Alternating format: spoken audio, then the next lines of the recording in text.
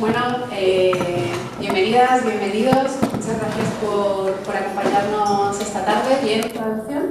Bien. Esta tarde en este evento en el que vamos a acercarnos un poco al rol de Israel en los procesos de securitización, de militarización y de represión a nivel global. Yo soy Ana Sánchez. Soy activista de la RESCOP, de la Red Solidaria contra la Ocupación de Palestina, que es una plataforma que agrupa a medio centenar de organizaciones en todo el Estado. Y hoy en la mesa me acompañan Shir Heber, Alejandro del Pozo y al otro lado Agustín Llanes y Virginia Faye.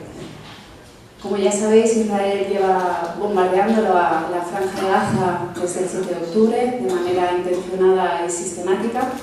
Un territorio que lleva sometido a un bloqueo asfixiante e ilegal desde hace más de 16 años. Pero la crueldad de estos últimos ataques no tiene precedentes. Llevamos ya más de 28.000 personas asesinadas y ahora mismo la Franja de Gaza es un lugar totalmente arrasado por los bombardeos, con más de 10.000 personas que aún siguen desaparecidas bajo los escombros, sin acceso a atención sanitaria y con un 95% de la población que se enfrenta a unos niveles críticos de hambre. El pasado 26 de enero, en un fallo histórico, el Tribunal Internacional de Justicia abrió una investigación formal contra Israel por crimen de genocidio y dictaminó una serie de medidas cautelares para proteger a la población palestina contra lo que dictaminaron podría ser un posible crimen de genocidio. Los últimos anuncios de Netanyahu llamando a la población de la Franja de Gaza a evacuar Rafah, una zona en la que ahora mismo se hacina la mayoría de la población de la Franja de Gaza, que ha huido de los bombardeos que han arrasado totalmente el resto del territorio, parece que no se acercan mucho a la posibilidad de que Israel pueda cumplir el dictamen de la orden y aceptar esas medidas cautelares para proteger a la población civil. Y ante lo que nos encontramos es una declaración de intenciones explícita. Netanyahu no va a parar esta limpieza étnica y este genocidio hasta que no haya arrasado con el último rincón de la Franja de Gaza y haya expulsado a la última persona palestina de este territorio. Por tanto, para ponerle fin a esta situación, lo que necesitamos es derribar los pilares que están ayudando a mantener este genocidio y este régimen de apartheid. Ni la Unión Europea ni el gobierno español están tomando medidas y acciones concretas y efectivas para ponerle fin a esta situación. El Estado español es un Estado que ha ratificado la Convención contra el Genocidio y, por tanto, tiene obligaciones legales y vinculantes para prevenir acciones genocidas y para detener lo que la propia Corte, el Tribunal Internacional de Justicia, ha calificado como un posible delito de genocidio. Por eso, desde la RESCOP, desde la plataforma a la que hoy represento aquí, llevamos meses denunciando la complicidad del gobierno y exigiendo que se tomen medidas concretas. Estas medidas concretas se traducen en un fin de las relaciones económicas, diplomáticas, institucionales, deportivas y culturales con un régimen colonial, de ocupación ilegal y de apartheid, ahora también un régimen genocida, y un embargo de armas bidireccional a Israel. Estamos hablando de la situación de la Franja de Gaza, pero es que la situación en Cisjordania y en Jerusalén también empeora por momentos, con campañas de detenciones masivas, asesinatos y agresiones que tienen un único objetivo, que es expulsar a la población palestina nativa de sus tierras. Es importante que recordemos, como decía antes, que este genocidio se produce en un contexto más amplio del crimen de apartheid, como llevan denunciando desde hace décadas tanto organizaciones palestinas como organizaciones de derechos humanos como Amnistía Internacional o Human Rights Watch. Ahora, más que nunca, es el momento de que el Estado español actúe y tome medidas concretas.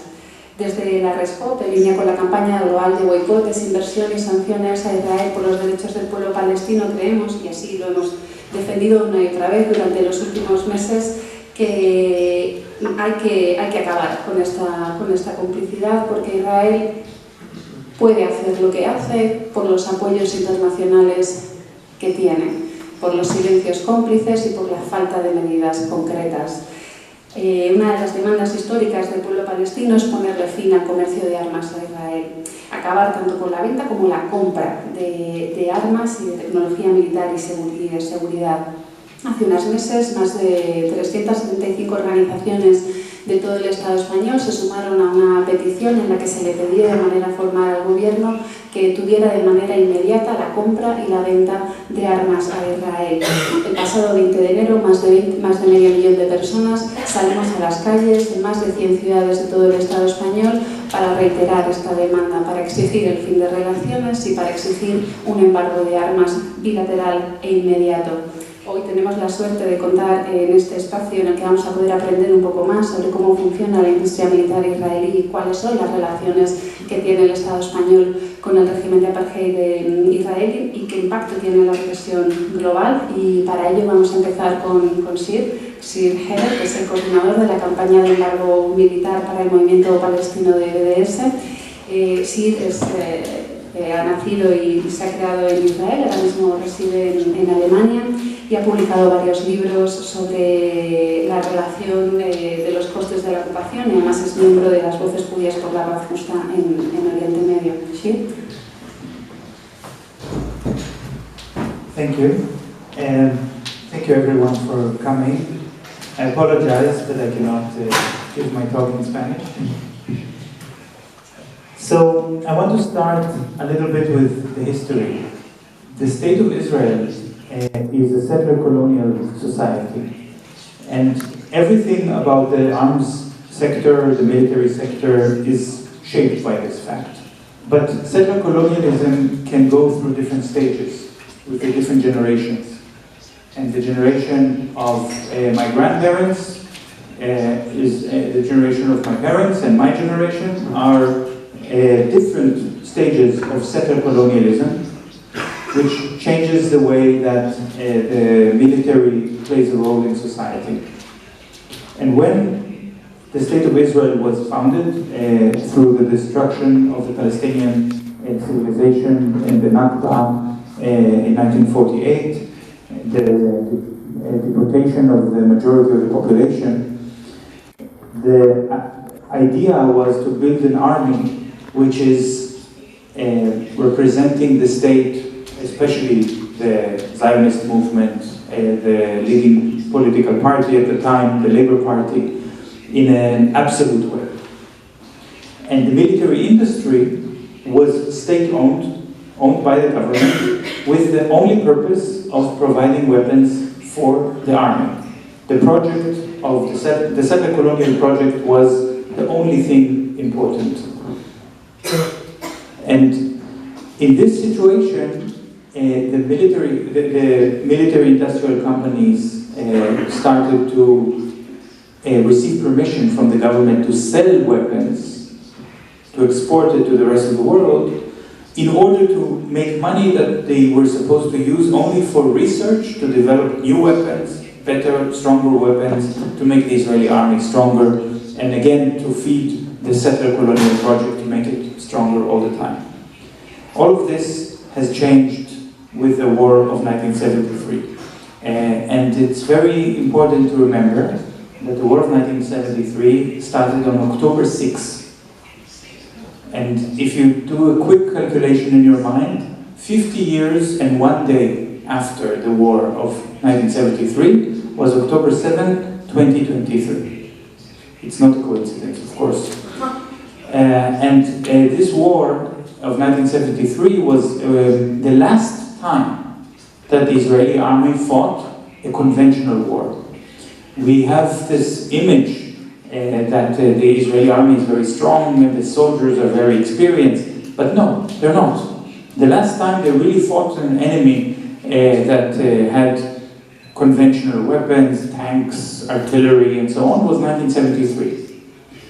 And after that, all of the wars were asymmetrical wars, were acts of ethnic cleansing, were acts of brutal massacre of civilians. There were also brutal massacres before 1973, please don't misunderstand what I'm saying, but it is important to understand the role of the army and the fact that the soldiers who were perceived until 1973 by the Israeli society as heroes, the leaders of the country, the leaders of society, have become a nation of jailers, of keeping the Palestinian population under control, without rights, and jailers are not heroes. So 1973 was also the high point of Israeli militarism. There is the peace organization in Bonn, the Peace Research Organization in Bonn, which lists all the countries in the world based on how militaristic they are. Israel is number one. Even today, Israel continues to be the most militaristic society in the world. And it is manifested in many different ways, like the conscription to the army, the lot of resources that are being given to the military and to the military industry. But I'm going to say something maybe a little surprising, because the militarism in Israel is actually going down. From 1973 until today, Israel becomes less and less militaristic. What does that mean? Less people go to the army. I didn't go to the army. In fact, most people from the younger generations don't go to the army. They find many ways to avoid military service. For me, it was easy. I pretended to be crazy, and a lot of people are doing it also. But there are also the status, the prestige of these military generals, the officers who used to be thought of as heroes. They're not heroes anymore. The generals no longer have this ability to just be elected to become members of the parliament or the government. They are not seen as the leaders of society anymore. And we have this process of demilitarism, but what happens to the violence? Does that mean that there is less violence? Does that mean that Palestinians are safer? No. So even if militarism is going down, the violence is going up. The aggression against civilians, defenseless Palestinian civilians, is increasing. So what's happening? This is another process. It's another generation of the settler colonial process. Because now it's not officially the military, but it's all of these unofficial militias, all of these armed groups that are very dangerous, and they have weapons, but they don't have the military structure, meaning they don't have uniform, they don't obey orders, they just do what they want, and they act out their racial violence against Palestinians out of their own agenda and not part of a structure of the military. And this is the reality that started, I believe, in 1973 and continues very, very extreme to this day. And what also happened in 1973 is that the United States decided to turn Israel into the biggest recipient of military financing in the world. There is no country that received so much weapons than Israel. Some people think that the US has given Israel a present, supporting the Israeli economy. But actually this is not helping the Israeli economy at all, because the US is only giving weapons, it's not giving money. Free weapons. And weapons don't make you rich. Weapons don't make you happy or healthy. Weapons only ensure more violence, more suffering. And the United States also expects something in return for all of these weapons. It expects that the Israeli government will project US imperialist power in the Middle East, will keep groups that the United States doesn't like under control, will attack the neighbors in a periodic level, but also, here is the topic of our event, is to test the weapons on Palestinians. And they're testing the Israeli weapons and they're testing the American weapons. The idea of turning the occupation, of turning the Palestinian society into a laboratory in which weapons are tested on people, of course without their consent, of course in a very illegal way, has turned the Israeli military industry from a military industry which is focused on building a strong army and winning wars into something completely different. The military industry is focused on oppression. It's not the weapons that can defeat an army in battle. It's a weapon that is designed to be used against civilians. We know here in this country that spyware, the Pegasus program, was sold as a tool of oppression to be used against journalists, against politicians, against human rights activists. But I think here is an example that would be, let's say, an exception to the rule, because the biggest customers of the Israeli technology of oppression are, in the past, South Africa when it was an apartheid state, Chile when it was ruled by Augusto Pinochet, Guatemala during the Civil War. And later, with time, it became Hungary and India and Brazil when it was Bolsonaro and Poland. These are the countries, and of course, we should not forget Saudi Arabia, United Arab Emirates, Azerbaijan. These are the biggest customers of the Israeli technology of oppression. These are not countries that are fighting big conventional wars. These are countries that are using these weapons against their own citizens, and that's what these weapons are designed to do. In 2008, maybe you remember the war in Georgia, between Russia and Georgia. There was an Israeli general, Gal Hirsch, who is actually today very active because he's now in charge of negotiating for the release of the Israeli hostages from Hamas, from Gaza. And Gal Hirsch, after his failure to achieve anything in the war of 2006 against Lebanon, went to Georgia because his military career is over, so he started his own arms company, and he told Georgia, look, I'm an Israeli soldier, and we are the best army in the world, and we can defeat anyone. And I will give you Israeli military technology, I will sell you the Israeli military technology.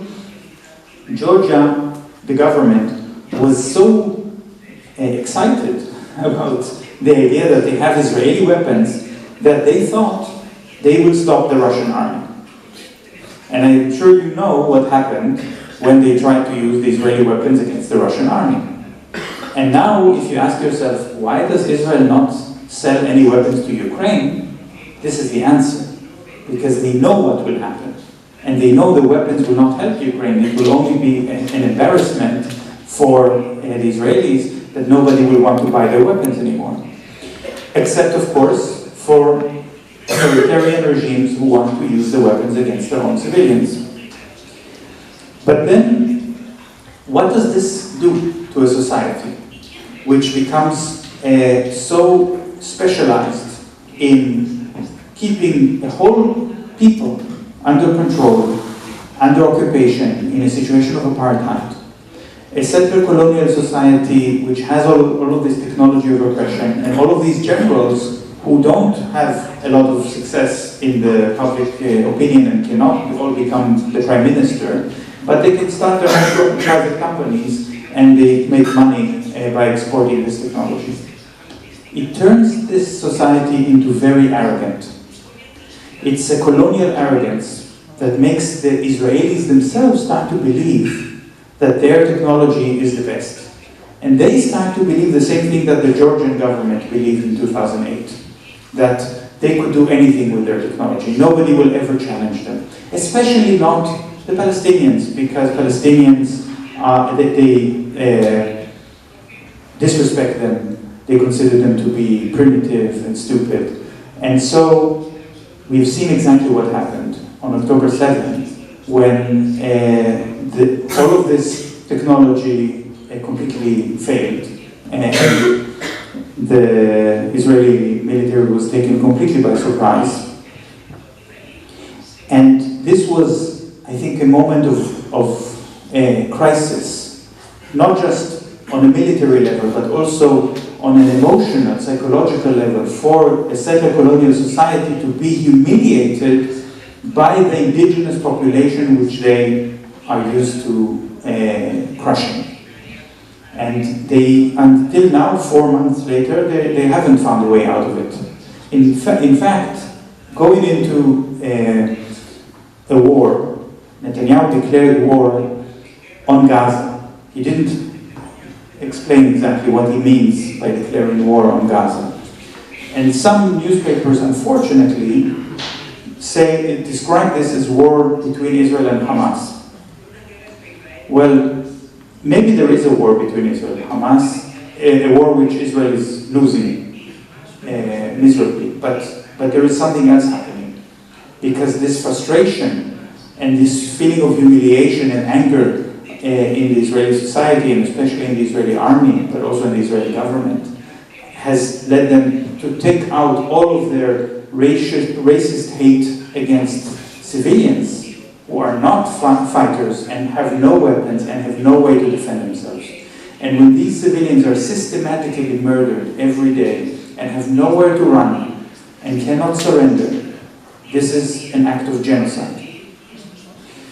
And if we are now looking at the Gaza Strip and we see the genocide happening, and I didn't plan, as part of my short presentation today, to tell you why this is genocide, but maybe if somebody is not convinced, then please raise this question, because I am a Jew. I grew up in a family in which the stories of the Holocaust were passed from my grandparents to my parents to myself, so maybe for me it's very clear to see what is happening, but I don't expect everyone here to have the same kind of education. So if you want, I will explain more about this.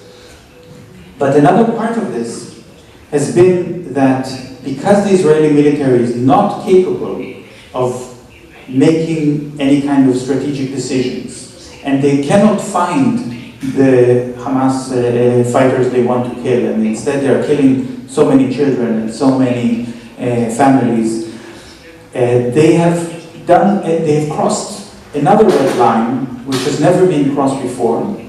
Genocide, unfortunately, is a red line that has been crossed before. It's not the first genocide. But this is the first time in history that artificial intelligence is used as a weapon of war. The first time. And the result is catastrophic, because artificial intelligence has created an industrial system of creating targets, but the targets are not judged by the value of military considerations. Is this a good idea to bomb this place or not? It is judged by the logic of artificial intelligence, or machine learning in the technical term, which is if the artificial intelligence can convince the soldier this is a good target, then it's a good target. This is how the logic works. So the artificial intelligence is very, very good at convincing soldiers to fire their weapons again and again and again on everyone and without stopping, including also killing Israeli hostages in Gaza. I want to finish by saying something about the military embargo. Because in a situation of genocide, it's not a question of whether countries want to impose a military embargo or not. I think this is a misunderstanding. Military embargo is not a question of choice. A military embargo exists. It is the obligation of third states under the ATT, the Arms Trade Treaty, and under the International Convention for the Prevention of the Crime of Genocide. That every state, every company, every worker in a dock or in an airport is obligated to observe and to respect the military embargo that already exists. And they're forbidden from selling weapons to a country which is suspected of committing genocide, from buying weapons from a country which is suspected of committing genocide, and from transiting weapons to countries that are committing genocide. These are forbidden. And first we had the government of Wallonia, which is a state in Belgium that said we are revoking all of the arms exports to Israel because we have to respect the law. And then last week we had the court in the Netherlands saying that it's illegal for the Netherlands to sell weapons to Israel, but also to transit weapons. And the Netherlands is a very important warehouse that the US is using to transit weapons to Israel, even though the US is not interested in respecting the decision of the International Court. But Netherlands is part of the EU, and they cannot do what they want. If they break the law, the other members of the EU will still be obligated. The whole chain of the military embargo, the whole chain of the military supply creates responsibility for each and every person along the chain to respect the military embargo. This applies also here. And also to the dock workers, to the airport workers, to the truck drivers. Everyone who is part of the chain of delivering the weapons has an obligation not to deliver them. Israel knows this. The Israeli government understands that the decision in the Netherlands is just one first step, and it will grow, and it will be all of the European Union, and even it doesn't matter how much the United States will want to give them weapons. Say, after the ceasefire, who knows what will happen? And we have to kill as many people as we can before the ceasefire. So that means that our responsibility to stop the weapons is very, very urgent.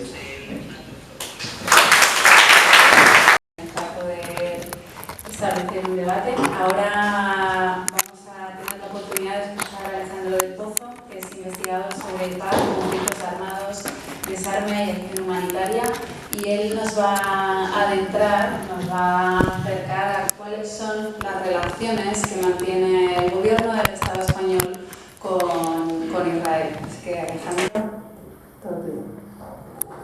Pues muchas gracias a todos por venir, a todas, y en particular a Asco por invitarme a estar hoy aquí. Hablaré de las relaciones entre España e Israel y cuestión armamentística. Lo demás, pues no lo conozco y no me daría. Cuando hablamos de esas relaciones entre España e Israel, podemos preguntarnos qué aporta España a Israel y qué aporta Israel a España y qué aporta en qué sentido. Pues está por un lado todo lo que tiene que ver con la producción armamentística de productos, y esto incluye productos acabados, componentes, tecnología, etc. Podemos hablar de servicios, aquí no entraré tanto, en buena parte de los servicios de escolta que tienen muchas autoridades, incluso en España, también autoridades públicas, han sido suministradas por empresas israelíes. Buena parte de los servicios de seguridad perimetral de los puertos, aeropuertos públicos españoles los llevan a cabo empresas israelíes. El segundo bloque y un tercero sería todo aquello que tiene que ver con otras cosas, también relacionado con el mundo militar y seguridad, pero es como más relacionado con la política, tiene que ver con todo aquello que se calla, que se silencia, que se justifica, que se excusa, que se minimiza. Esta parte es muy importante. También otros accesos que tiene Israel, ya no a España, sino a ese grupo más grande, donde también está España, como puede ser la OTAN. Israel es un socio, no es miembro de la OTAN, pero es un socio privilegiado y tiene acceso a los estándares de protección de las armas que utiliza la OTAN, tiene acceso al programa europeo espacial, tiene también acceso a los proyectos de investigación y desarrollo de la Unión Europea, proyectos en los que instituciones, empresas de seguridad y militares, universidades israelíes en el sector de la defensa y la seguridad colaboran con empresas, con universidades públicas, conté como 17 las universidades públicas españolas y instituciones también españolas en esos proyectos conjuntos, ¿sabes? De desarrollos específicos en el sector militar y de seguridad. Esto sería ese tercer bloque de alianza, es parte de los nuestros, este contigo, este bloque, y yo creo que es el más importante. Pero sin embargo me voy a centrar en el primero, que es esas relaciones en cuestiones más armamentísticas, incluyendo también productos de seguridad, antidisturbios, que también lo incluye la ley española y europea. ¿Qué aporta España a Israel y al revés? En general, estas relaciones son desiguales. Es decir, Israel necesita mucho más España en cuestiones armamentísticas que al revés, que España a Israel. España, más que venderle a Israel, adquiere productos israelíes. Esto no quiere decir que España se ahora perdiendo en términos de que gana uno y que gana otro. Se lo cobrará en otros aspectos, ¿no? Esto tampoco se puede desligar de otros sectores económicos, de otros sectores de actividad. En el sector específico de las armas, lo más relevante es lo que adquiere el Ejército de Tierra español, la Armada española, de empresas israelíes. Esto pueden ser en forma... ¿Cómo funciona esta lógica?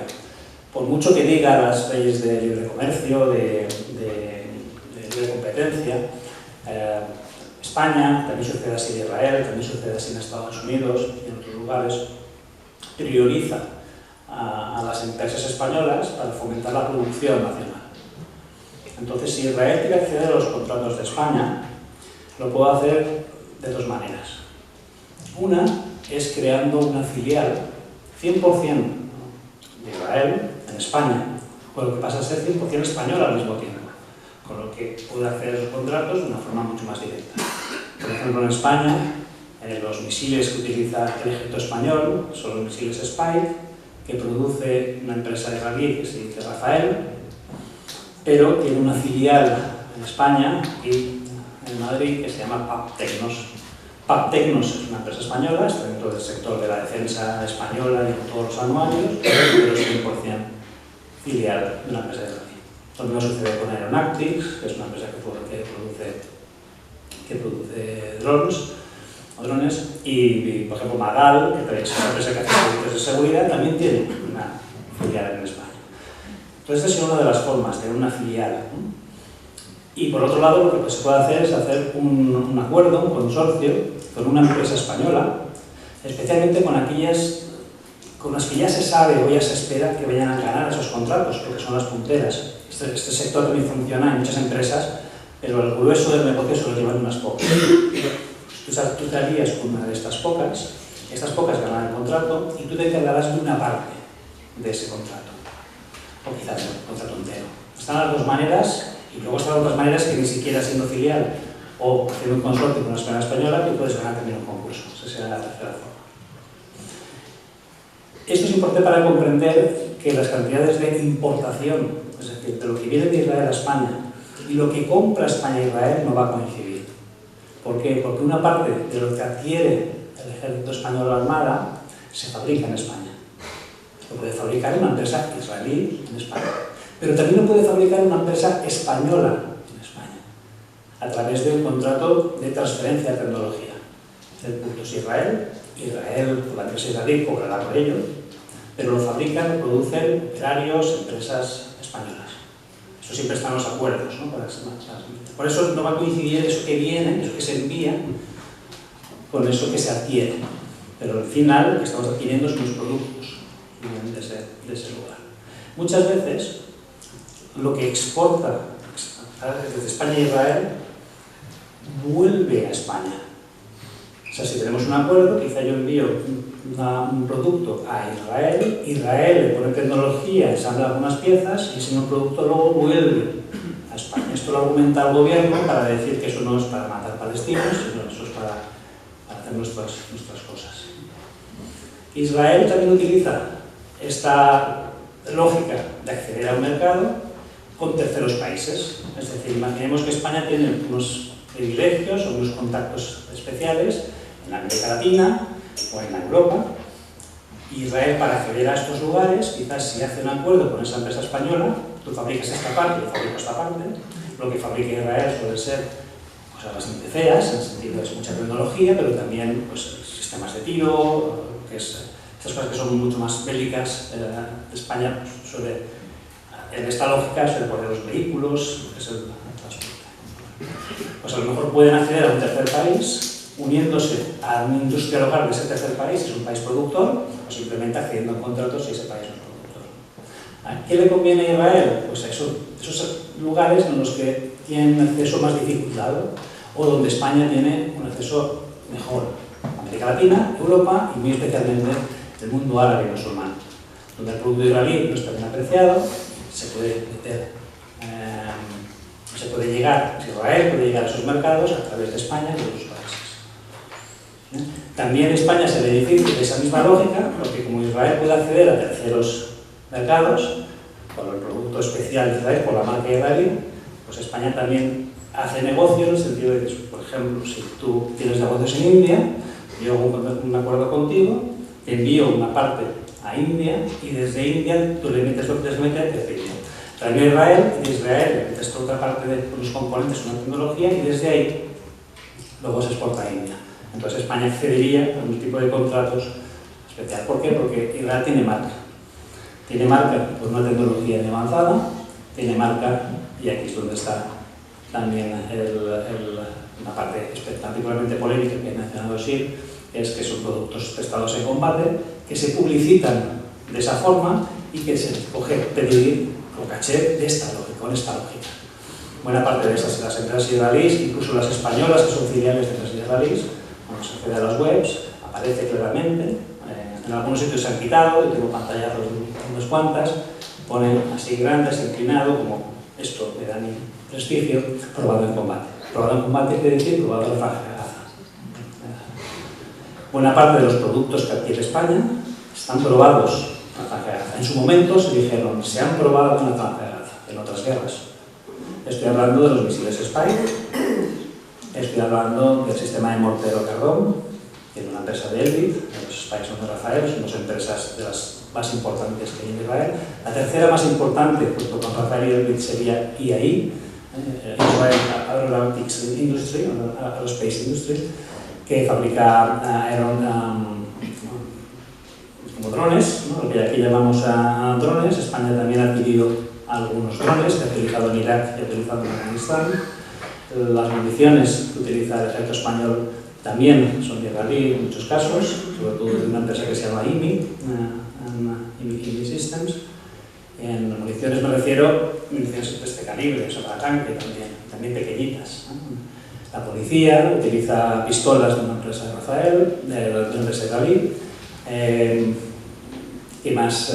Hay un listado bien grande que está en algunos informes que hemos publicado en el centro de LAS, si queréis ir al detalle de todo lo que se ha publicado. Los rifles de asalto, que utiliza la Guardia Civil también, los rifles que utiliza, también son israelíes. Existen algunas suministradoras en España de productos israelíes también. Este sería el producto principal. Pero esto no quita que exportarle armas a Israel, algo también de esto también hay. El gobierno dice que no son armas letales, ¿no? Es difícil decir cuando un componente es letal, o por ejemplo, lo que hemos sabido estos días, argumenta que esa munición que se ha exportado desde Valencia por parte de una empresa que se llama Namo Palencia a Israel, como no contenía el explosivo, ya no tiene un problema porque no es malo, ¿no? Es lo mismo que decir que exportar un caza a un avión de guerra. No tiene problemas si no exportas también los misiles para que lo disparen.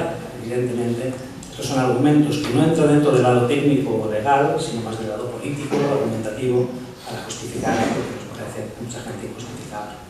Exportar armas a Israel, sea de un tipo o de otro, quien dice si son armas o si no, eso está estipulado claramente en la legislación, en los manuales, en todo lo que existe, y esto dice que lo que estamos haciendo, esta es mi interpretación, sería contrario a la ley española, contrario a la ley europea.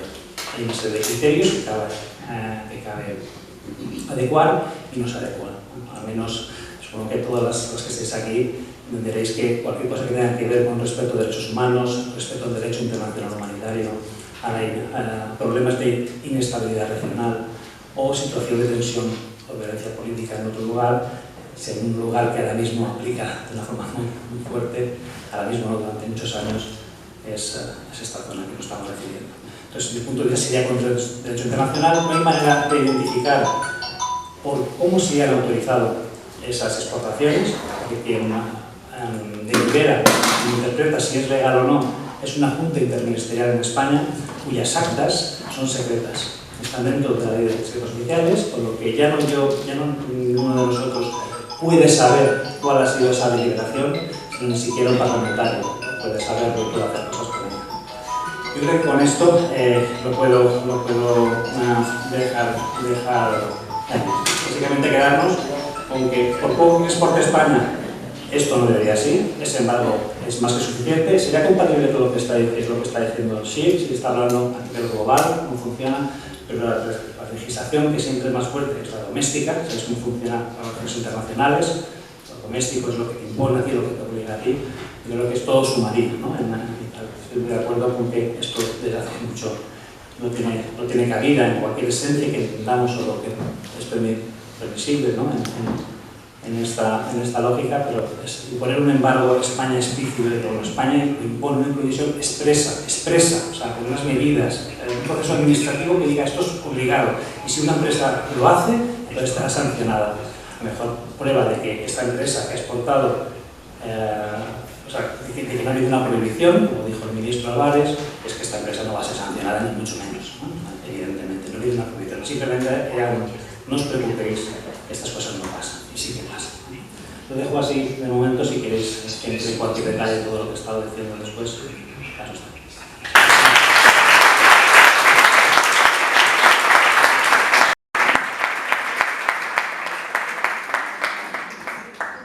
Gracias, Alejandro. No sé, Alejandro se ha referido en su presentación, voy a hacer como una pequeña anotación, por si acaso no todas las personas presentes están al día. Antes de ayer salió, bueno, de hecho fue Alejandro quien destapó toda la información. Habréis escuchado desde el 7 de octubre que el gobierno, Álvarez, el ministro de Asuntos Exteriores y otros portavoces del gobierno han expresado de manera reiterada que España no estaba vendiendo armas a Israel y que, como ha dicho, que incluso dijo, ¿no?, con estos términos, de eso no tenéis que preocuparos. Bueno, pues menos mal que hay gente como Alejandro que se ha preocupado de mirar esta información porque es absolutamente falsa. Y ha salido publicada en un portal de acceso público que solamente durante el mes de noviembre España vendió armas a Israel por un valor de casi 1 millón de euros en un contexto de genocidio. Entonces, bueno, reflexionemos y hagamos pensar qué hace de un gobierno el estar en este contexto enviando munición y armamento a un país que lo está utilizando para cometer actos genocidas, ¿no? Entonces, bueno, luego si queréis también podemos volver sobre esto en la ronda de preguntas. Ahora le voy a dar paso a Agustín Llaner, que es el secretario general de la Federación Española de Sindicatos de Periodistas, y nos va a hablar un poco de cómo afecta toda esta industria militar y de la seguridad a la libertad de prensa. Bueno, buenas tardes a todos. Perdón por la llamada, venía el volumen bajo, pero WhatsApp tiene esta cosa. Le preguntamos hoy por qué un necesario embargo de armas a Israel. Para empezar, hay que decir una cosa clarísima. El gobierno español está obligado a cumplir la ley. Como ha recordado Alejandro, la legislación española y los tratados internacionales prohíben que España venda armas o material de defensa a un país que no respeta los derechos humanos o que está en guerra. Y España sigue vendiendo armas, a pesar de lo que ha dicho el ministro. Y además, el embargo es necesario porque, ante lo que está ocurriendo en la guerra de Israel contra Gaza y el pueblo palestino, hay que poner todas las medidas posibles para que esto termine cuanto antes. El gobierno no puede convertirse en cómplice de una situación que tiene que acabar ya. Quiero recordar que el Tribunal de Justicia de la Unión Europea dictó recientemente, hace unas semanas, una serie de medidas provisionales que incluían garantizar el acceso de ayuda humanitaria a la zona de Gaza. Creo que entran unos 100 camiones diarios y se dedican como 500 más o menos, que no lo están haciendo. Que se respete la población civil, etcétera, etcétera. Eso no lo está haciendo el Estado. Por tanto, el gobierno español debe cortar el negocio de eso para empezar. Ayer mismo, después de que el gobierno de Israel anunció que va a atacar la localidad de Rafat, al sur de la franja de Gaza, donde hay 1,5 millones de ciudadanos de Palestina, el propio jefe de la diplomacia europea, el español Josep Borrell, Bueno, insinuó que Estados Unidos y Joe Biden, que es el país que más armas vende o entrega, como ha recordado, sí, a Israel gratuitamente, y otros mandatarios de todo el mundo, que en vez de lamentarse de las que está habiendo muchas víctimas civiles, que dejen de enviar armas para que acabe la guerra. Por tanto, está clarísimo que el gobierno debería de cortar el suministro de armas en materia de guerra. No sería la primera vez que lo hiciera, creo que en 2004 o 2014, no sé cuándo, ya hubo un embargo provisional durante un tiempo de armas, ¿no? Quiero recordar que la justicia holandesa, como recordaba el compañero, ayer, creo que fue ayer mismo, cuando ordenó a su gobierno, al gobierno de los Países Bajos, que no entregara material de piezas de los aviones F-5 que se fabrican en Estados Unidos, pero que son distribuidas de una base militar holandesa a Israel, porque Israel no tiene en cuenta las consecuencias de la población civil de sus bombardeos. Pero yo me voy a centrar en los periodistas brevemente, porque después de lo que han dicho los dos compañeros, poco tengo que aportar. En todas las guerras, en esta y en todas, por supuesto, la primera víctima son la población civil que muere. En la de Gaza llevan más de 28.000 personas de la población civil, aparte de hospitales, guarderías, gente que han bombardeado. En menos de 4 meses han asesinado a 100 periodistas. 100. Esto nunca había ocurrido. Además de las víctimas civiles, y los periodistas solo son, la segunda víctima en todas las guerras es la información, la verdad de lo que ocurre. El gobierno de Israel no quiere que se conozca todo lo que está haciendo su ejército en Gaza. Por eso no permite que entre la prensa internacional. Por eso ayer mismo cerró la televisión Al Jazeera. Por eso hace unos meses bloqueó el acceso, lo he apuntado porque lo desconocía, a una cadena de televisión, no recuerdo cómo se llama, Mayadén Televisión, por razones de seguridad, dijo.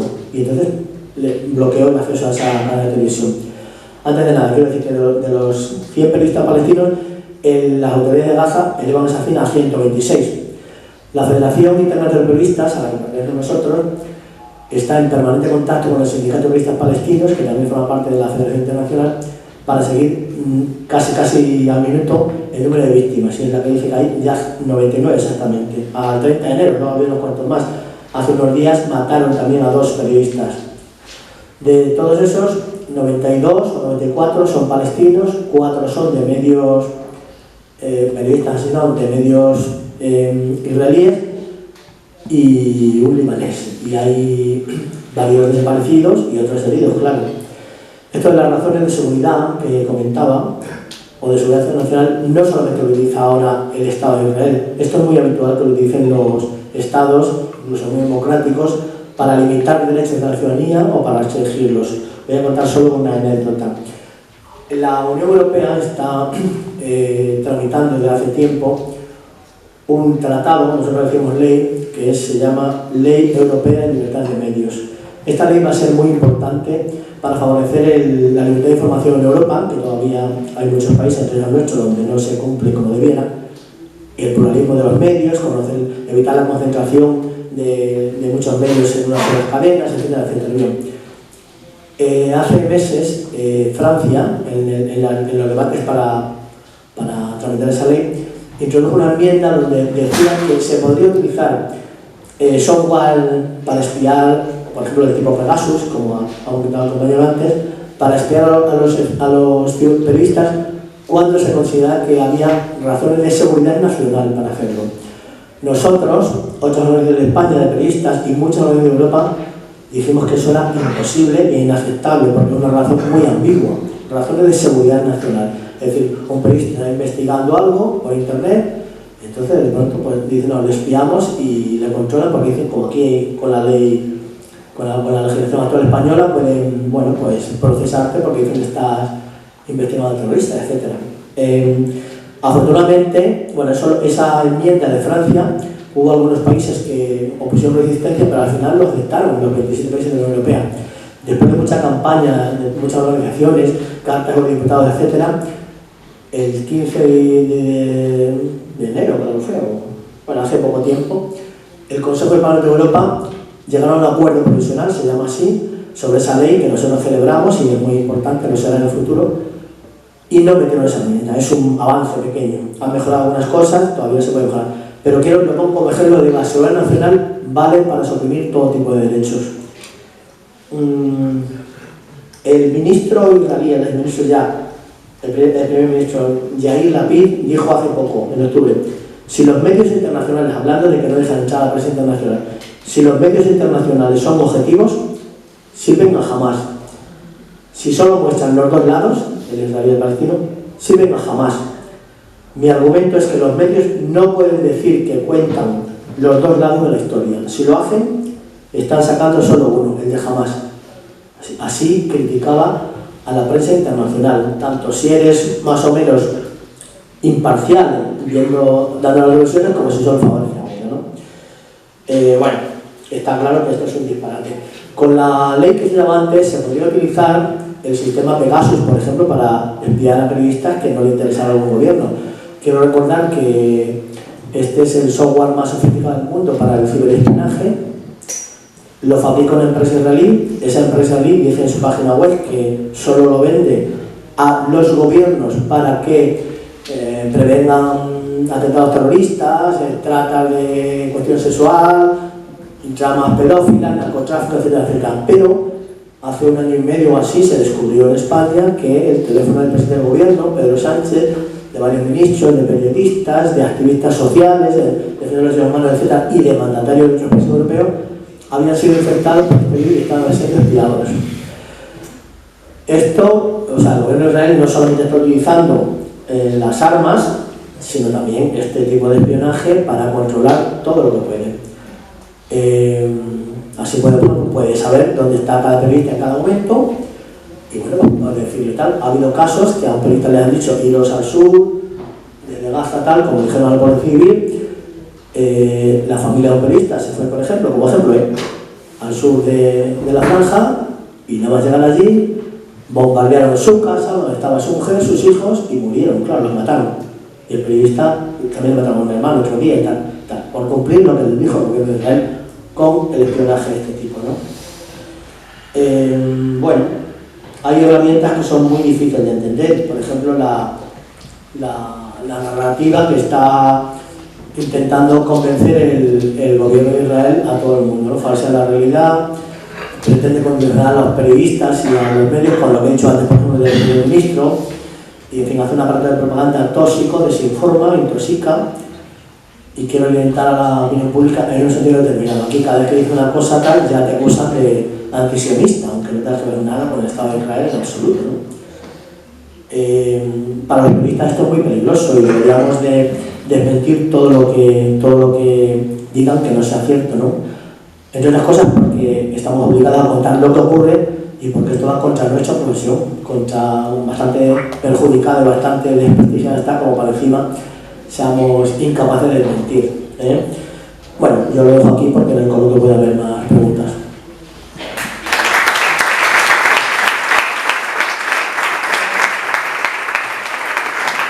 Activista palestina de la diáspora, miembro de Madrid y de la RESCOP, y que lleva, bueno, meses y años dedicando mucho esfuerzo y mucho tiempo a defender los derechos de su pueblo. Muchas gracias. El 29... ¿Hay un poco de eco? ¿Ahora? Vale. El 29 de noviembre de 1947, Naciones Unidas aprobó el plan de partición en Palestina, sin consultar a la población palestina, y supuso el destierro de 800.000 personas, la desaparición de 400 pueblos y el asesinato de 13.000 personas. Además, supuso la legitimación y el apoyo de la comunidad internacional al proceso de colonización y limpieza étnica del Estado de Israel contra la población de Palestina. Desde entonces se tienen documentadas más de 100.000 personas asesinadas a manos del Estado de Israel y más de 7 millones de refugiados palestinos. Hasta la fecha, Gaza había sido un lugar de veraneo, donde la burguesía palestina pasaba temporadas de descanso. Y tras la creación del Estado de Israel, se convirtió en el refugio de miles de palestinos y que hoy son más de 2 millones de personas. Durante todo este tiempo, los palestinos han estado soñando con volver a sus hogares.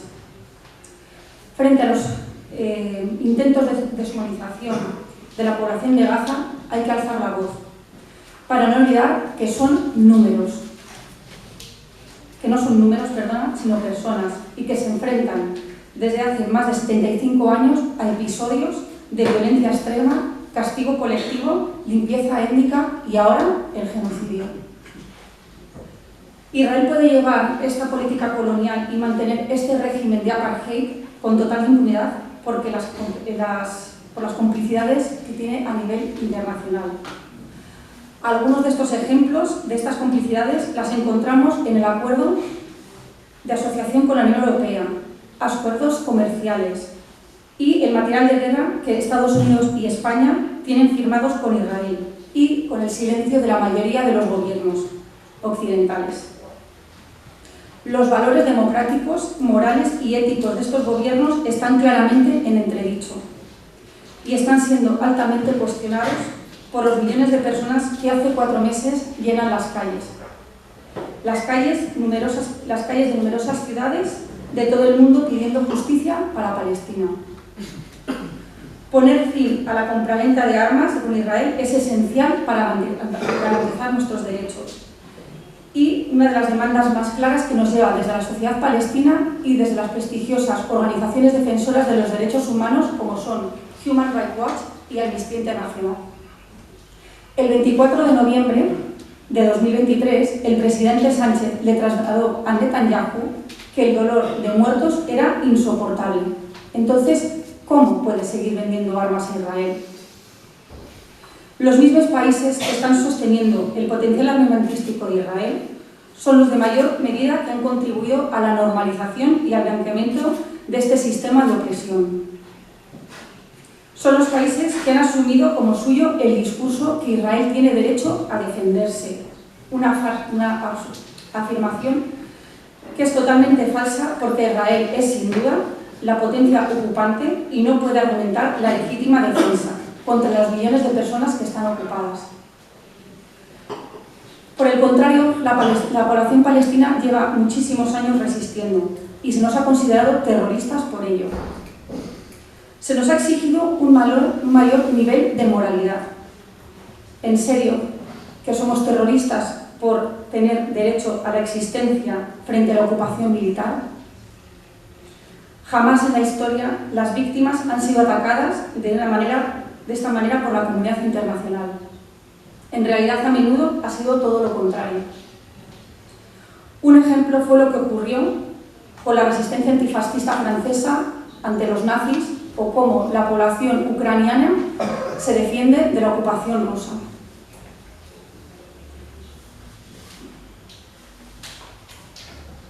¿Por qué los palestinos tenemos que estar justificando constantemente que tenemos derecho a defendernos? ¿Por qué? Nuestro pueblo se niega a abandonar Palestina y su legado. Seguimos conservando nuestra cultura. Somos fieles a nuestras tradiciones y el cuidado de nuestro entorno. El mar, la tierra y en especial el olivo. El olivo es un símbolo que representa la fuerza que a día de hoy, más de 100 años de ocupación y colonialismo, seguimos resistiendo. Continuamos ligados a la tierra. El olivo se asemeja a nosotros por nuestra fortaleza. Israel es conocedor de esta simbología y ataca en el lugar que más nos duele, en donde más amor ponemos. Asimismo ha envenenado los ríos, los cultivos y ha destruido las depuradoras, contaminando el mar. Israel quiere convertir a Palestina en un lugar inhabitable. Por ello, a pesar de todo, los palestinos y las palestinas permanecemos aferradas a la tierra y al compromiso a conseguir la libertad de nuestro pueblo, a ofrecerla como muestra de nuestra humilde contribución a la libertad de los pueblos. Como palestina de la diáspora, siempre he buscado la conexión con la tierra, con la conexión con la tierra. Mientras estemos lejos de nuestra casa, lejos de nuestras familias, buscamos algo que conecte, como unas flores, un jardín o una terraza llena de flores, un paisaje. Todo esto ocurre porque nos resulta muy difícil entrar a Palestina. Muchas veces sufrimos interrogatorios y la amenaza a ser deportadas. La diáspora palestina está repartida por todo el mundo, porque somos semilla. Aunque Israel nos haya separado y fragmentado, no olvidamos nuestra identidad, no olvidamos de dónde venimos, no olvidamos por qué estamos aquí luchando, y es por la libertad. No olvidamos que nuestras familias también están y continúan allí luchando. Lo hacemos porque nuestras familias nos han transmitido siempre esperanza, una esperanza que se mantiene muy viva y muy fuerte independientemente del lugar donde vivamos. Es nuestra manera de estar en el mundo, es el compromiso que le debemos a las palestinas y los palestinos que se encuentran al otro lado del muro del apartheid.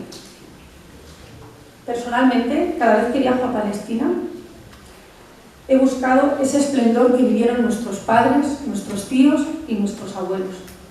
Recuerdo a mi tío Zuher, 20 años mayor que mi padre, que me abrazaba y me contaba historias sobre Haifa, sobre su juventud, cómo era nuestra calle, cómo eran las fiestas y cómo viajaba desde el aeropuerto de Calandia. Calandia es ahora un checkpoint, pero antes era un aeropuerto que conectaba a Palestina con el exterior.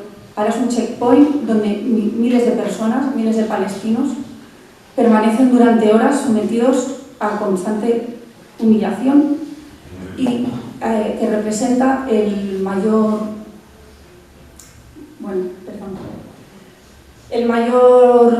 mayor opresión que sufre la población palestina. Mi tío fue testimonio directo de esa Palestina esplendorosa y moderna. Mi tío fue testimonio de aquella Palestina histórica. Sus relatos me permitieron conocer con detalle e imaginar lo que fue esa Palestina que ahora no existe. Sus palabras me proporcionaron fuerza, y la fuerza que tengo ahora por luchar. La misma fuerza que comparto con las activistas que en todo el mundo crecen por una Palestina libre. Formo parte del movimiento Boicot, Desinversiones y Sanciones, BDS. Es un movimiento antirracista y referencia en todo el mundo.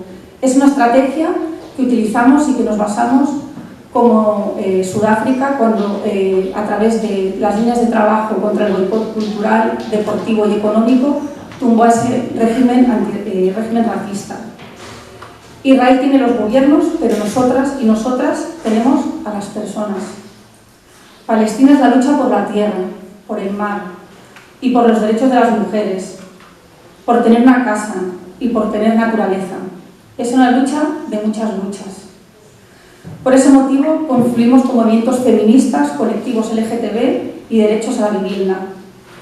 Y quisiera acabar recordando las palabras del poeta y periodista Mohamed El-Kurt, que pronunció en 2021 frente a las Naciones Unidas lo siguiente: en algún momento de la vida todos los palestinos nos damos cuenta de que la Nakba está lejos de haber acabado. La impunidad y los crímenes de guerra no se detendrán con declaraciones condenatorias y cejas alzadas. No se detendrán con tweets de preocupación. Hemos dicho repetidamente qué tipo de medidas políticas de cambio deben tomarse: boicot y sanción a nivel estatal. El problema no es nuevo. Merecemos justicia y libertad en nuestra vida. Merecemos que nos devuelvan nuestra tierra. Sé que las personas reflexionarán con claridad sobre la realidad que hoy vivimos. Solo espero que ese reconocimiento, esas reparaciones, sucedan mientras la gente de Palestina sigue allí. Merecemos justicia y libertad mientras vivimos. Y no quisiera acabar sin recordar a los medios de comunicación que por favor no dejéis de hablar de Palestina, porque cuando Israel deje algún día de bombardear Gaza, el drama continuará hasta que no lleguemos a que se respeten los derechos humanos. También quiero recordaros las próximas manifestaciones estatales que tendrán lugar de momento en 50 ciudades que ya se han sumado y que serán el 25 de febrero. El Madrid partirá desde Atocha. Muchísimas gracias y, por favor, ¡viva Palestina libre!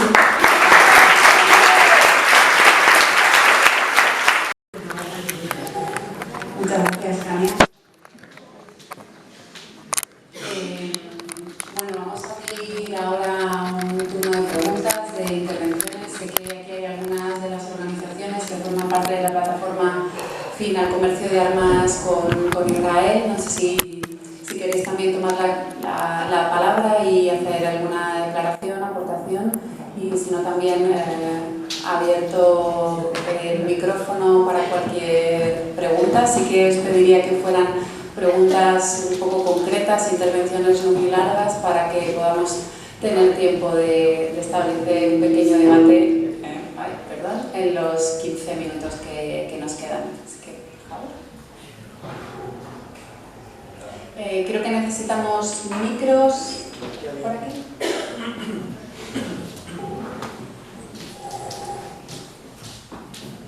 Sí, buenas tardes a todas y a todos. Gracias por este acto.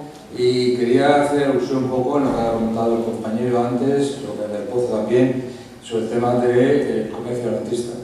Los ejércitos, las empresas armamentísticas, sirven a intereses económicos. Y se habla muy poco, y creo que hay que profundizar, en que detrás de esos intereses armamentísticos están también intereses estratégicos de energía. Se ha descubierto un gran manantial de gas en las costas de Gaza, que ya hay empresas alemanas que están ahí interviniendo claramente y están garantizando que el 10% o 20% del gas que va a entrar a Alemania se ha suministrado de esas plataformas. No sé qué empresas españolas energéticas también están detrás de los intereses económicos, pero también es un fundamento para esta guerra, ese desplazamiento de la población palestina de la franja de Gaza y de la costa de Gaza, porque hay intereses económicos muy importantes, de empresas energéticas, que yo también que tengo que empezar a hablar de eso. No solamente es el tema de la apartheid, claramente, del desplazamiento, del neocolonialismo que está en la zona del Oriente Medio, del genocidio, claramente, que hay todo el mundo. Yo creo que nadie puede ya desconocer que está produciendo un genocidio en los términos semánticos del contexto más amplio de la palabra, pero también hay intereses económicos que se habla muy poco de ellos cuando hablamos del conflicto en Palestina, ¿no?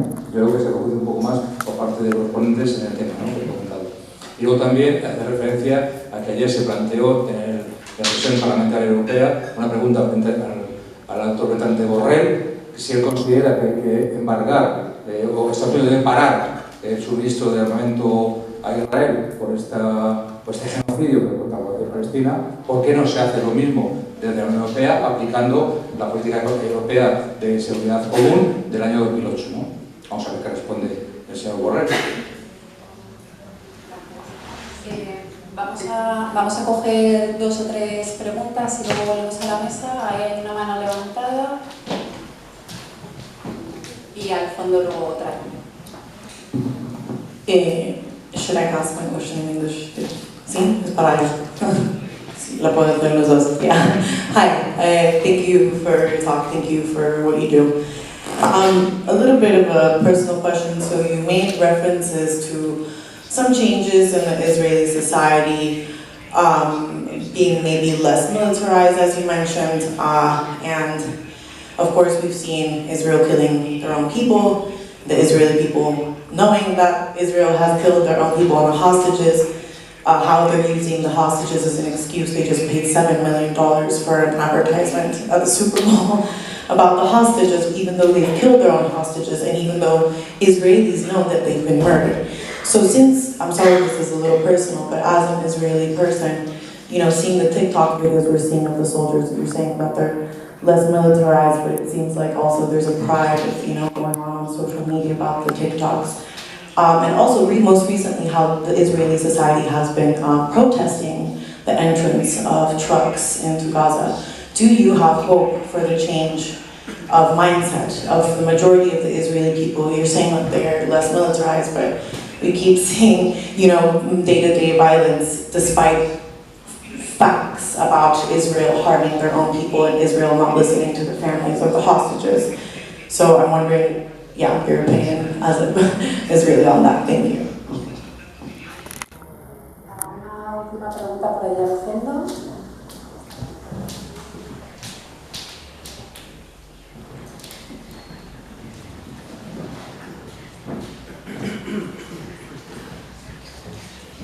Nada, muy rápido. Muchas gracias a todos los ponentes y las ponentes. Y era para Alejandro, si podrías hacer de nuevo la lista de las filiales españolas de las israelíes para apuntarlas.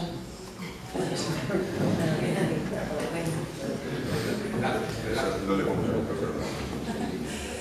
Vale, muchas gracias. Shir, creo que es más entrevistas para ti. Si alguien más de la lista quiere aportar. Thank you. Sorry.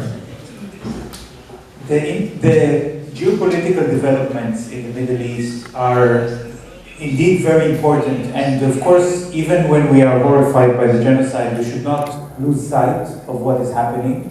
There was a very critical moment in May last year when Iran and Saudi Arabia signed a peace treaty, which was mediated by China, and took the West by surprise, also took Israel by surprise.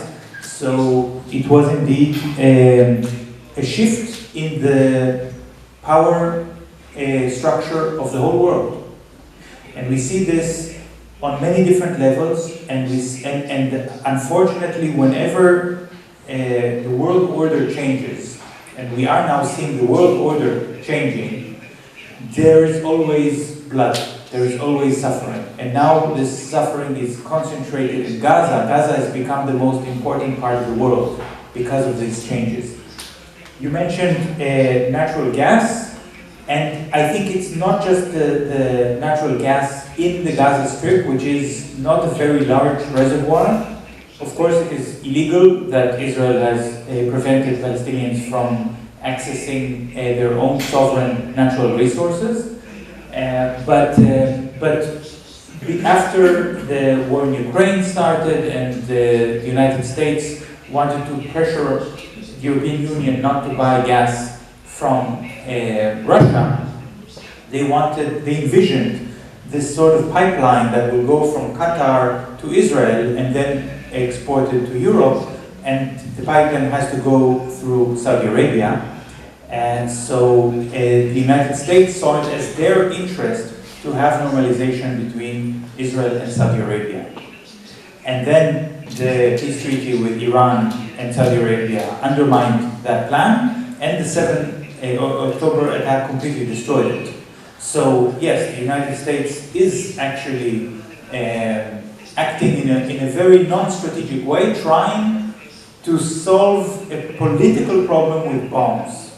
And it doesn't matter how many missiles, how many bombs they give to Israel, it's not going to change how the world is changing.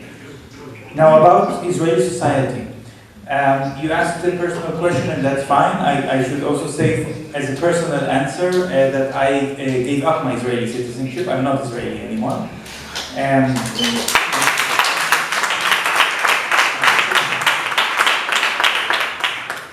But it's not a big sacrifice, you know. I live in Germany, and I'm very much safe. And as opposed to my friends and colleagues who are struggling in Palestine. But I want to say something about this issue of militarism, because I want it to be misunderstood. That if society becomes demilitarized, it doesn't mean, unfortunately, it doesn't mean less violence and less racism. The violence and racism are very strong. You mentioned the TikTok videos that the soldiers are uploading.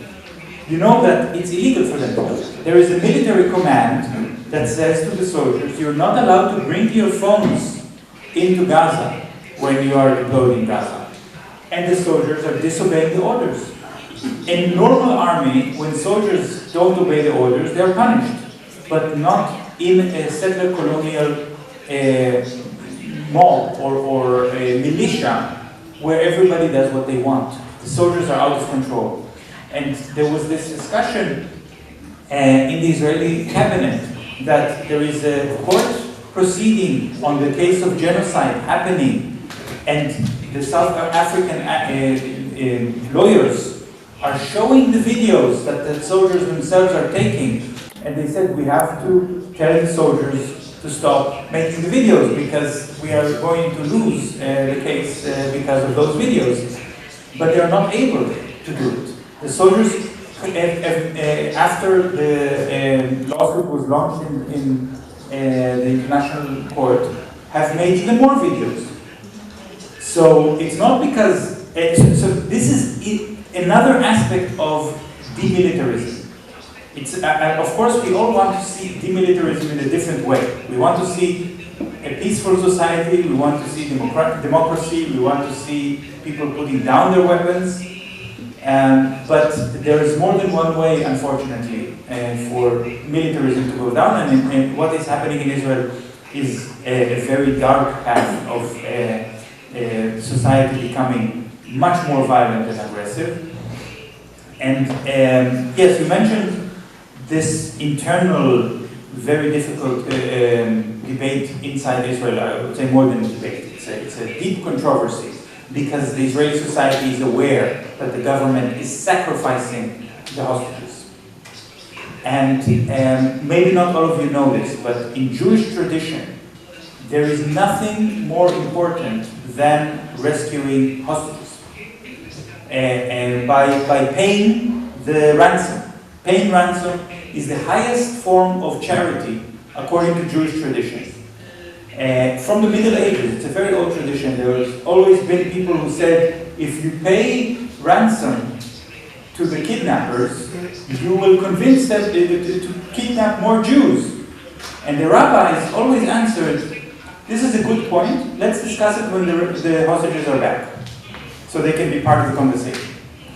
And so Jewish communities around the world are horrified by the Israeli government sacrificing the hostages and abusing the stories of the hostages and giving information, even if the families say, please don't give information. The government just uses it for their own cynical goals. Does that mean that I have hope that Israeli society will somehow rise up against the government? No. It doesn't happen in colonial societies. It just doesn't happen, unfortunately. They are trapped in their own bubble, and I do think that Israeli society is going to change. There will be recognition of Palestinians as human beings with rights, and it will happen after the political solution will be found, not before. It's what happened when apartheid in South Africa fell. Then all of the white population of South Africa that supported apartheid until the last hour said, oh, we were always against apartheid. And this is exactly what is going to happen.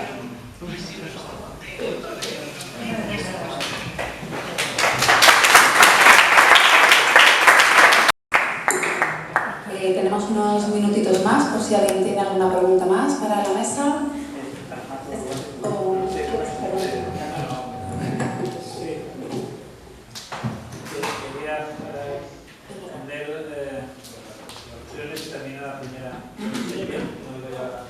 Micro. No funciona. No sé. Estaba aquí. ¿Estaba así? No. ¿Más alto?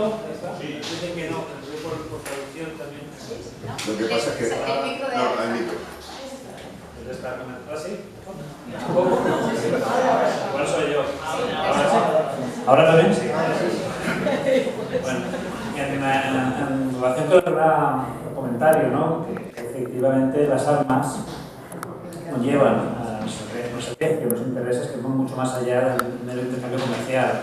Vender armas no es lo mismo que vender tomates. Vender tomates, esto es negocio, esto es para ganar dinero. En vender armas puede ser, también este componente es muy importante, pero va mucho más allá. Por eso a veces las armas se donan a pérdidas, incluso costeando los viajes. Por eso las armas es como decir, tú eres mi aliado, yo te doy esto, luego tú me das aquello. Esto, construir alianzas a largo plazo, construir independencias. No lo he dicho antes, pero si España, los territorios de la Armada, han adquirido una serie de productos israelíes, en la tecnología militar, la obsolescencia llega muy rápido.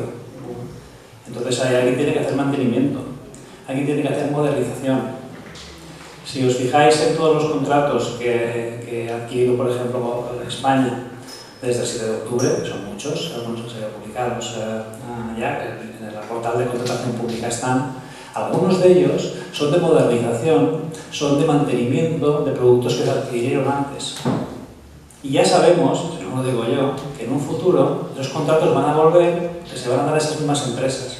En algunos de los contratos, en la motivación que figura, se dice claramente que el criterio para la designación ha sido que ninguna otra empresa puede modernizar o mantener un producto que es suyo.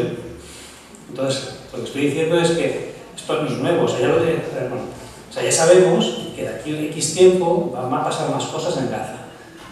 Y el hecho de que hagamos contratos hoy, eso también está diciendo que hay una dependencia que romper con ella te va a costar. Miren, la pregunta es ¿por qué haces eso con un Estado como el israelí, con el registro que lleva de muchas décadas? Entonces esto es importante verlo. Esto por la parte de España, por la parte de Israel es importante saber que eso siempre forma paquete con muchas otras cosas. Antes solíamos decir que cuando el rey emérito, ¿no?, viajaba a estos países árabes a hacer negocios, en su comitiva con empresarios siempre figuraban algunos de la industria militar. Quizá se hacían unos contratos de industria militar y se hacían otros de otro tipo. Iba por paquetes. Esto recordaréis, ¿no?, cuando estaba aquella controversia con Arabia Saudí, con aquellos misiles que podían acabar con las fragatas que se producían en España, que podían ser utilizadas en la guerra de Yemen, se hacía hincapié, es que hay un paquete. Si cancelamos eso, nos cancelan también el resto de negocios, que si el tren, que si todas esas otras cosas. Entonces esto en Israel también sucede. O sea, cuando se adquieren tantos productos, el paquete es más grande. Y ese paquete es realmente estratégico. Y aquí puede entrar de todo. Aquí es un caso, pero puede entrar muchas otras cosas. Y por eso es importante entender que comprarle, adquirir armamento a Israel también es muy problemático. O sea, si no eres Estados Unidos, puede ser tan problemático como exportarle, ¿no? Alemania también destaca mucho en esto, pero ¿por qué es problemático? Porque haces viable la ocupación. La ocupación es carísima, se necesita producir mucho y exportar mucho para abaratar. Pero no solamente es por un tema puramente económico, también son oportunidad. O sea, las guerras en la Franja de Gaza para mucha gente es una oportunidad de adquirir un poder que no tendría si no fuera por estas guerras, sin esta percepción permanente de amenaza. O sea, si no fuera Palestina no solamente como un laboratorio de pruebas, sino también como generadora de amenazas. Entonces esto también es importante entender por qué es tan importante todo esto para Israel y por qué es tan importante que cuando se pide un embargo sea integral. Que no solamente es esto que yo te envío, sino todo lo demás, porque todo lo demás puede ser tan problemático en relación con la ocupación militar y las guerras en este lugar, como exportarle armas que quizá Israel no necesita, pero que ya tienen este tipo. En esto. Entonces es importante esa integridad a la hora de entender las cosas. Y en relación con la pregunta explícita, pues hace un tiempo que no actualizo con quién está o bien, he mencionado algunas filiales, creo que todas continúan. PacTecno seguro que continúa porque se acaba de llevar un par de contratos muy recientemente. Lo mismo, mantenimiento, también de adquirir nuevos misiles, porque si tú ya te haces tus vehículos o tus sistemas con la idea de tener determinada munición para ahí, pues ya es un poco dependiente de ese mismo tipo de misil, cuando se van acabando, no me preguntéis dónde los utiliza España, pero se van acabando, hay que reponerlos y también hay que actualizarlos. Este mismo misil, la última versión de este misil de Spike de España, se está utilizando en Gaza, se está probando también allí. No sé qué ha adquirido España, pero esto siempre es muy dinámico, siempre es a más, actualizar. Vamos ahí. Probablemente este misil que se está probando ahora, pues, en un futuro, en un par de años, tenemos un contrato que se de adjudicación no sé si será Rafael o a la filial. Está PacTecno, está Aeronautics también sé que tiene una, creo que está en Valladolid, PacTecno está en Madrid, está Guardian es una suministradora de todo tipo de material policial, te vende desde pistolas hasta cafetines. No son los cafetines militares, pero también existen. Está Magal es una empresa muy importante también de seguir. Pero más allá de las filiales también es empresas que no necesitan tener una implantación como española para llegar a esos contratos. Y te sugeriría, porque ahí está todo y ahora mismo no me acuerdo bien de memoria, pues tenemos algunos informes colgados del Centre de las, probados en combate es el último, pero hay otro de 2014 que buscaba mucho todo lo que son estas empresas que hay. Si no me das luego un correo, te los busco y te los reenvían. He dicho algunos nombres, pero desafortunadamente hay muchos más.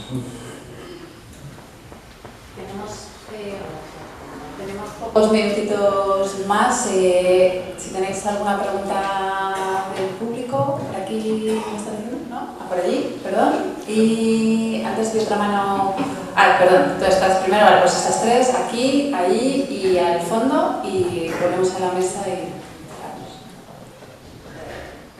Thank you. Thank you. Is this working?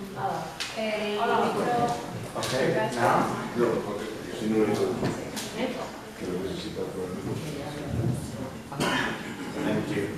Yes? No? Está apagado.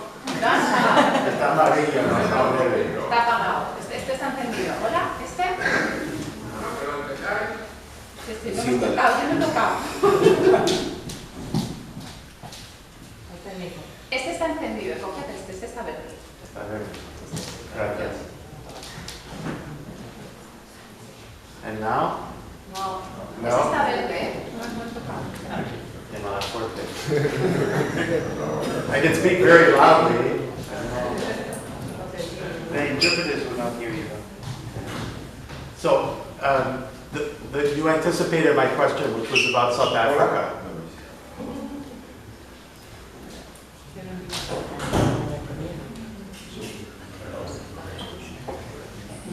Mira, este funciona. Podemos, si te quieres levantar y venir aquí a hablar de pie.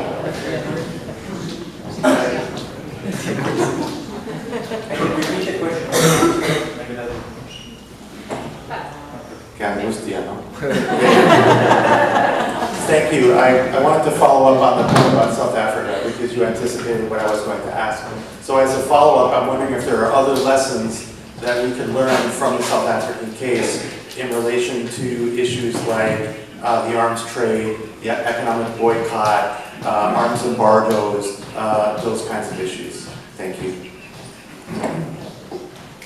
Creo que ahora ya tenemos micros que funcionan. Lo podemos pasar a otra pregunta que haya por allí.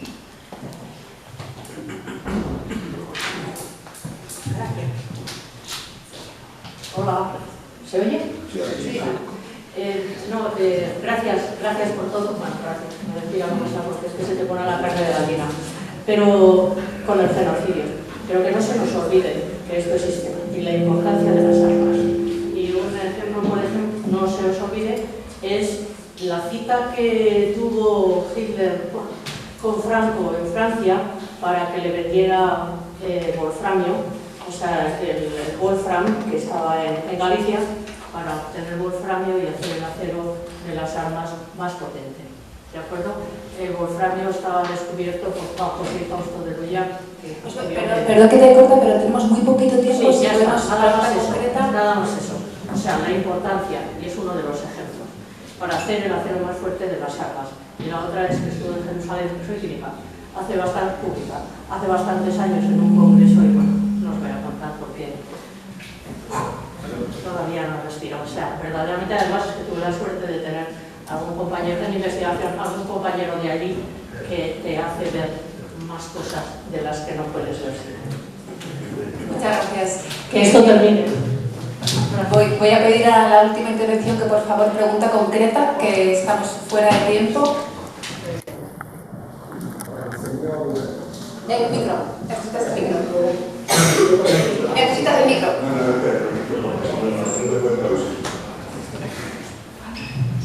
La pregunta es, ¿cómo es posible un movimiento Peace Now haya desaparecido de la noche a la mañana?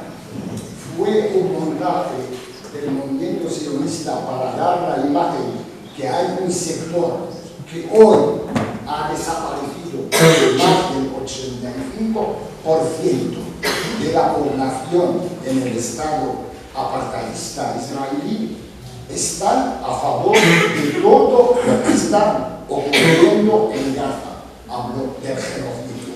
¿Cómo es posible que un pueblo que ha sufrido el Holocausto puede aceptar que su gente estén haciendo lo que están haciendo el genocidio en Gaza. Gracias.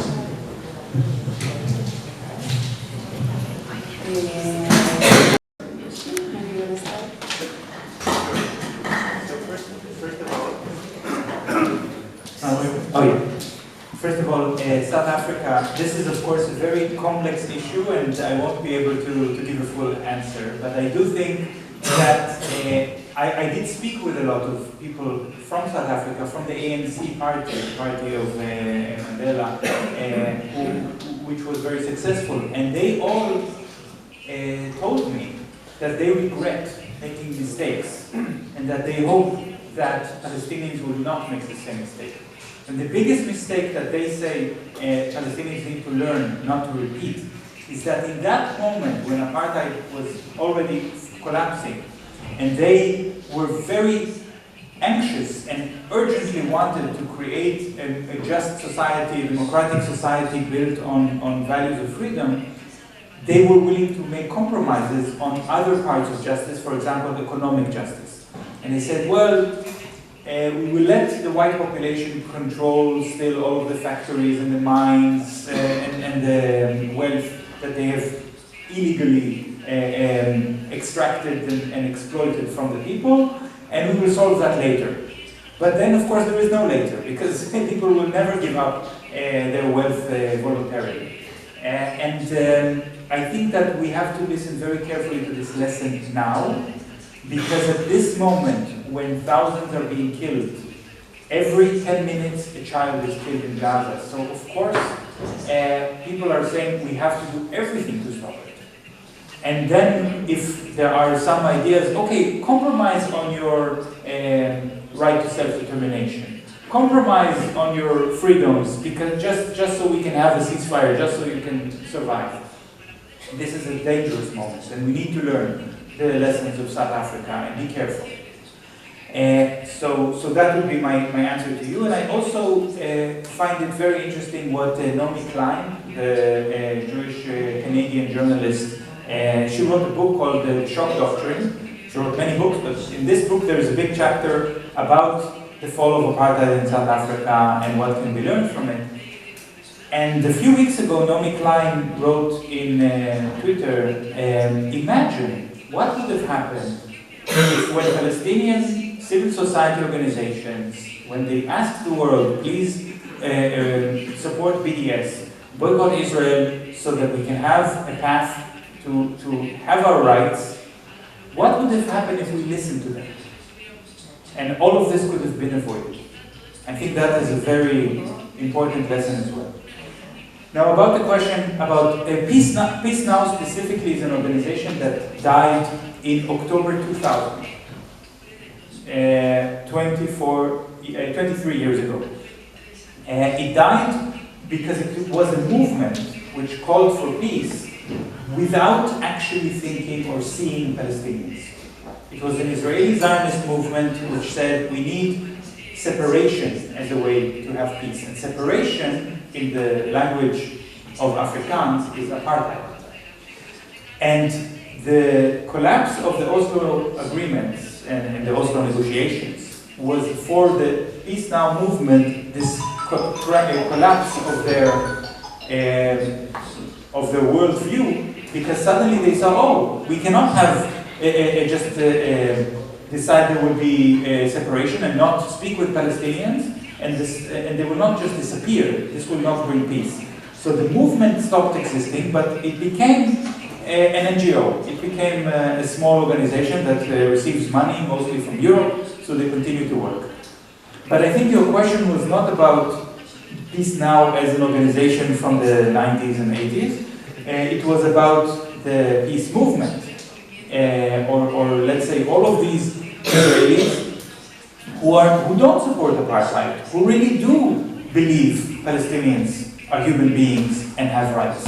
And I have many friends who think this way. And in this moment in Israel, they are afraid to speak because they are threatened by deadly violence, by this very militia that I mentioned before, that a far-right militia, and they all have guns and they have no problem to turn these guns also against Jewish Israelis, if they are considered to be traitors. If one school teacher wrote on Facebook, maybe also Palestinians have a right not to be killed, also Israelis, of course, and he was arrested and put in isolation, and they wanted to charge him with treason because he claimed that Palestinians are human beings. In this situation in which people are really afraid to speak, they find other ways to work and to end genocide, to achieve the ceasefire, mainly by joining the movement for releasing the hostages. Because at least if they say, let's negotiate a prisoner exchange, then nobody will murder them for saying that. And it's understood that you cannot have an agreement for prisoner exchange without a ceasefire. So that's the only way that is left for them. And this is really a very dark moment in Israel, even compared to the normal situation of apartheid.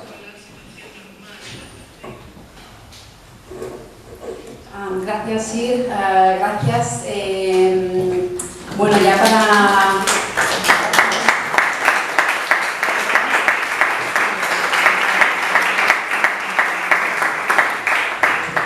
Ya para cerrar, seguro que tenéis una pregunta que no habéis hecho, pero yo sé que la tenéis, que es que qué podemos hacer cada uno de nosotras y nosotras para ponerle fin a esa situación. No os preocupéis porque lo voy a resumir muy brevemente antes de que salgamos por esta puerta. Podemos entrar en la página web Fin Comercio de Armas con Israel y firmar la petición para exigirle al gobierno que deje de comprar y vender armas a un régimen genocida, a un régimen colonial, de ocupación ilegal y de apartheid. Podemos, por supuesto, debemos responder a la llamada palestina, a la campaña de boicot, desinversión y sanciones contra Israel por los derechos del pueblo palestino. Boicota HP, boicota Puma, boicota Carrefour por su complicidad en crímenes de guerra y crímenes de lesa humanidad en Palestina. Y podemos, por supuesto, y tenemos que salir a la calle el próximo 25 de febrero. Recordemos, aquí en Madrid la convocatoria será a las 12 del mediodía, saliendo de Atocha. Y os esperamos a todos y a todas allí. Seguiremos desde la Rescop y desde todas las organizaciones que conforman la plataforma por el fin al comercio de armas con Israel. Vamos a seguir peleando, vamos a seguir denunciando y vamos a seguir saliendo a la calle hasta que le pongamos fin no solamente al genocidio, sino a todo el régimen de colonialismo, ocupación ilegal y apartheid en Palestina. Muchas gracias.